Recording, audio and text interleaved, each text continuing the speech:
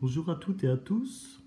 Donc, je voulais revenir sur le cas Emmanuel Macron, puisqu'en fait, on parle beaucoup de lui actuellement suite à l'affaire Benalla, que j'avais déjà fait il y a environ 6 mois une voyance sur Macron, et en fait, je me rends compte que je m'étais plutôt pas trompé.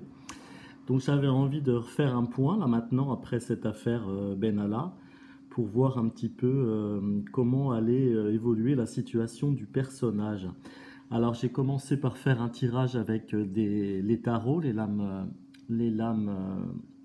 majeures des tarots de Marseille. Donc pour l'instant, ça c'est le présent de Macron.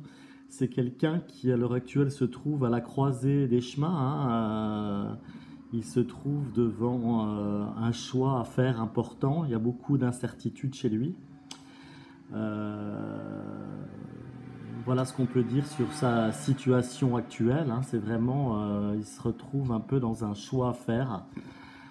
Euh, Macron va évoluer vers l'arcane du pape, euh, qui va quand même plutôt représenter la conciliation, euh, mais aussi le fait de peut-être divulguer des informations fausses, des risques de s'emporter également. Donc c'est un petit peu difficile parce que je pense que voilà, hein, il va quand même essayer d'être dans la conciliation, mais malheureusement, je pense que ce sera assez difficile pour lui de se mettre dans un nouveau rôle parce qu'il ne sera pas crédible. Euh, et en synthèse de ce petit tirage, on a la force qui malgré tout montre une solidité du personnage et une maîtrise sur les événements. Mais attention, la force, c'est aussi une carte qui peut se retourner contre la personne, hein, si elle est mal utilisée. Voilà.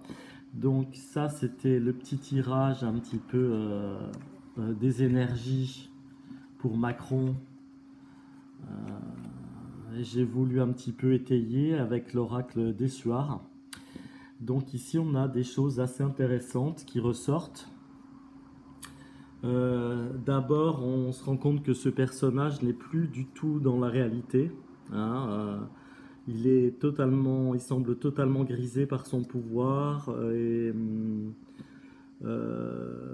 il a du mal visiblement à être dans la réalité. Euh, il a même visiblement un projet nouveau qui est complètement loufoque, complètement débile, et qui, à mon avis, va encore plus l'écorner au niveau de l'opinion publique. Pour l'instant, voilà, il est complètement, voilà, il a plus les pieds sur terre, hein, du tout. Donc, on a un personnage qui va quand même être assez isolé, hein, parce que quand ça va mal, ben, on sait très bien que les copains vous quittent. Il va se retrouver quand même face à euh, des conflits dans son propre entourage et aussi face à des conflits quand même de la population, hein, même si on voit pas grand chose, hein. Il y a des choses mais on nous les montre pas, hein. Faut savoir que les médias sont quand même assez ne font pas vraiment leur travail de médias démocratiques, donc il y a des choses qu'on ne nous montre pas, donc il y a des révoltes, hein. Donc Macron, il va se retrouver quand même isolé dans son propre camp, dans son entourage, et aussi isolé quand même dans l'opinion publique, de plus en plus. Néanmoins, c'est quelqu'un qui est très chanceux.